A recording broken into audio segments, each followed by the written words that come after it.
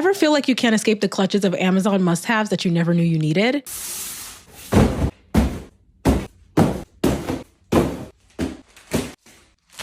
Amazon cleaning gadget must-have. Amazon pool must-have. 4 butter gadgets you didn't know you needed. Amazon bathroom must-haves. Amazon home finds you need in 2024. Amazon travel must-haves. 10 things I have to have from Amazon this summer, and I think you should too.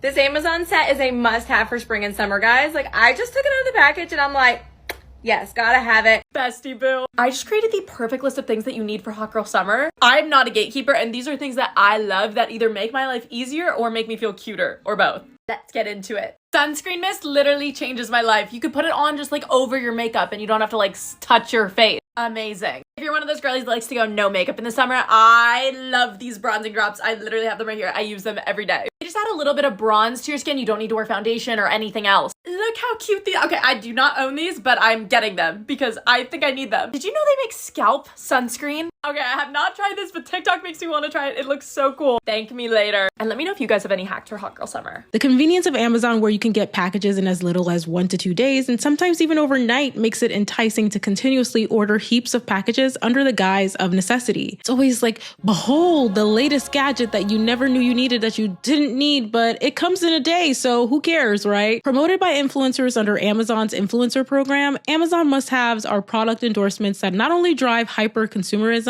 but also reshape our understanding of necessities versus luxuries. A great woman once said, if you didn't know you needed it, you probably didn't need it. Let's talk about why Amazon must-haves must go.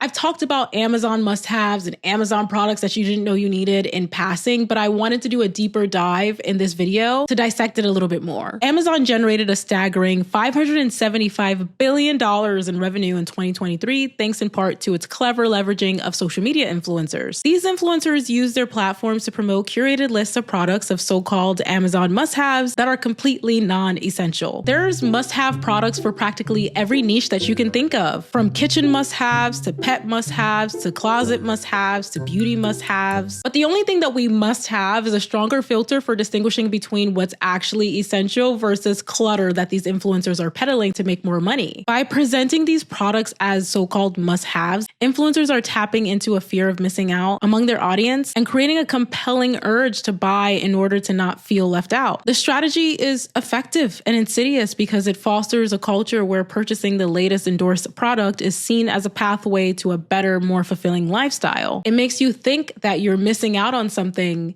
that you didn't already know that you needed that's going to make your life easier. And while I say it all the time, obviously we all purchase things that are non-essential. I feel the need to say that, right? But it feels almost as though these influencers are creating problems that were never a problem to begin with and creating ways to make things easier that were never difficult to begin with. Let's take a look at the most trending viral Amazon must-haves right now. All right, let's do some Amazon must-haves for vacation because I'm packing for a trip.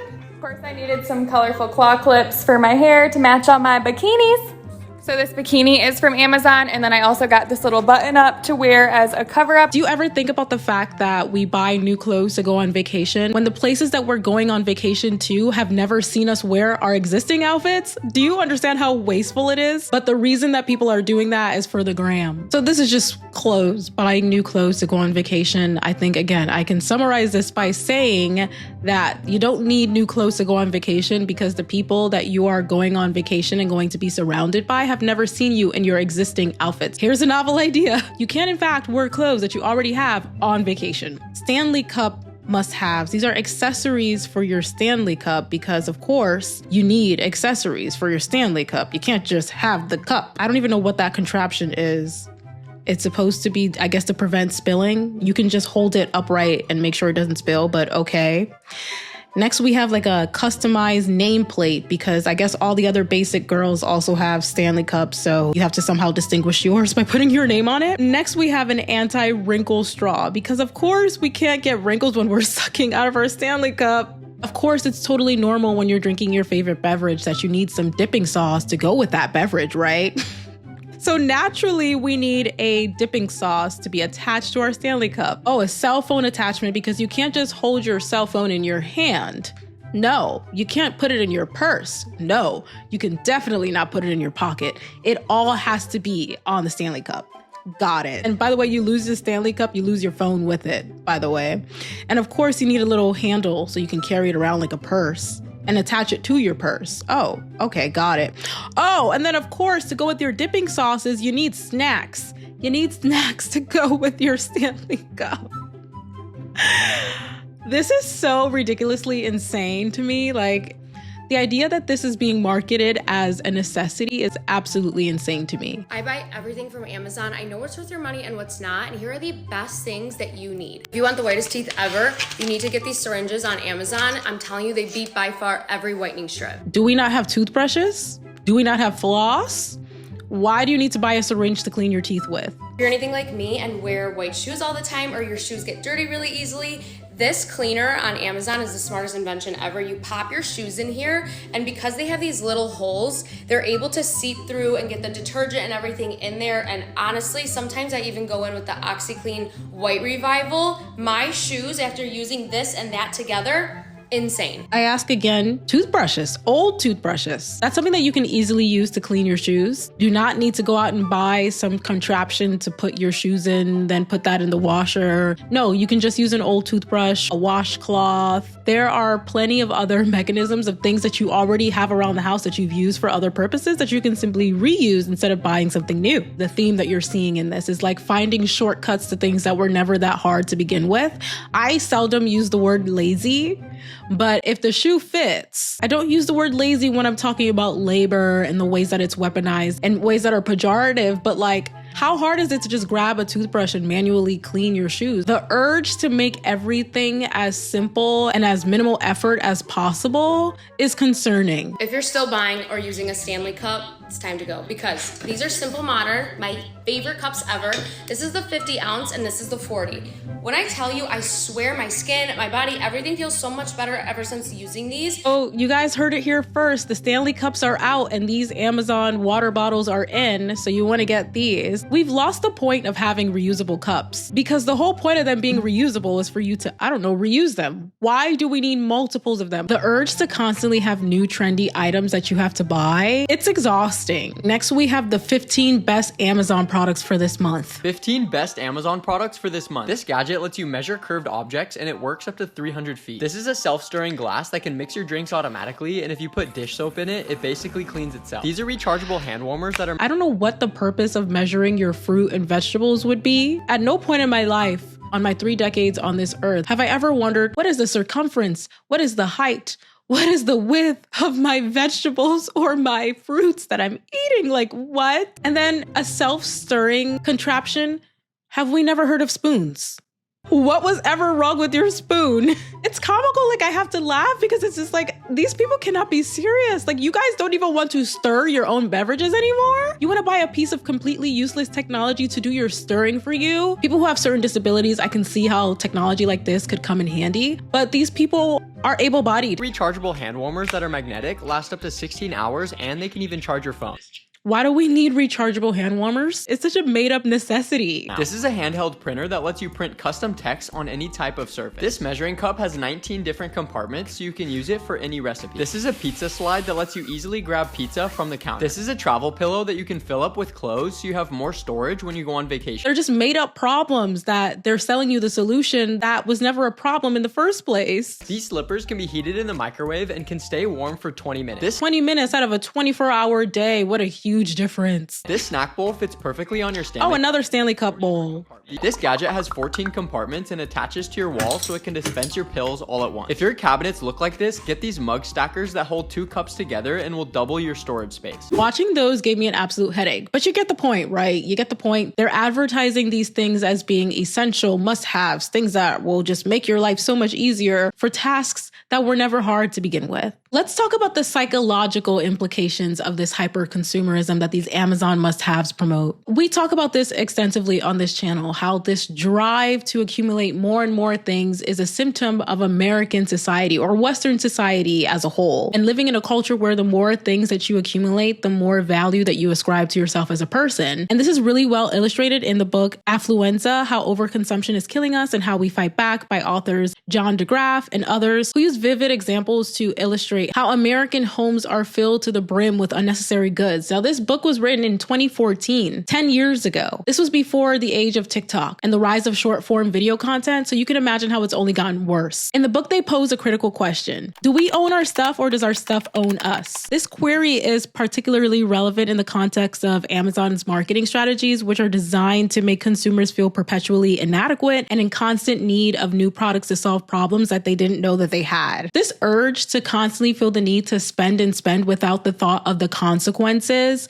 can best be explained by the phenomenon known as financial abstraction. Financial abstraction is a phenomenon where currency becomes less concrete and more abstract, which is especially prevalent in the age of online shopping. Examples of this are the shift from cash, which is very concrete, to debit and credit cards and electronic transfers like Venmo and Cash App and PayPal. Because we don't think of it as concrete money, we're able to spend more recklessly. Here's a reel that explains it well. Did you know that there was this psychological phenomenon called financial abstraction? And it literally explains why it's so much easier for us to spend all our money. Apparently, the more digital and electronic money becomes, the less real it seems. No longer using cash is having a psychological effect. Have you ever had the thought that nowadays it just seems like we're playing a life-size version of Monopoly? Have you ever felt like you were working to collect tokens? Almost like your whole life is just a video game. It being harder to view money as real is due to financial abstraction. When we no longer view money as real, we spend it like we're in a game. Financial abstraction is a phenomenon that occurs when a currency becomes less concrete and physical and more abstract, shifting from using physical things like cash to using more abstract things like Apple Pay, debit cards, Cash App. This is doing a psychological number on us because we're not seeing our pile of money get smaller as we spend it anymore, which makes money seem less real and makes it much easier for us to spend. I recently tweeted this and it bears repeating here. Overconsumption is making you broke without an analysis on how capitalism promotes conspicuous consumption and tells us to derive happiness from products is a myopic talking point that solely blames the individual with no regard for systemic exploitation and corporate greed. It's important to recognize that while, yes, obviously spending recklessly harms us financially, right? And we should be mindful of our own finances, leaving the conversation there is not enough. Because I always say this on this channel, we have to live in society. Society does not have to live in us. We are influenced by the society that we live in. And in the society that we live in, corporations have a lot of power and influence. In the United States in particular, we're indoctrinated with this idea of participating in the free market is the only way that we can have freedom. But are we really free or are we beholden to corporate greed? Promoting products that are not built to last long and that are constantly shifting and changing, it's not unique to these Amazon must-have influencers. Following World War II, the 1950s and 60s saw the normalization of disposable products like cameras, diapers, and razors, as well as TV dinners. Television played a crucial role in this cultural shift by broadcasting ads that not only showcased products, but also promoted a lifestyle of convenience and disposability. You can even give everyone his favorite with no extra work. They're the oven-quick foods that taste home-cooked.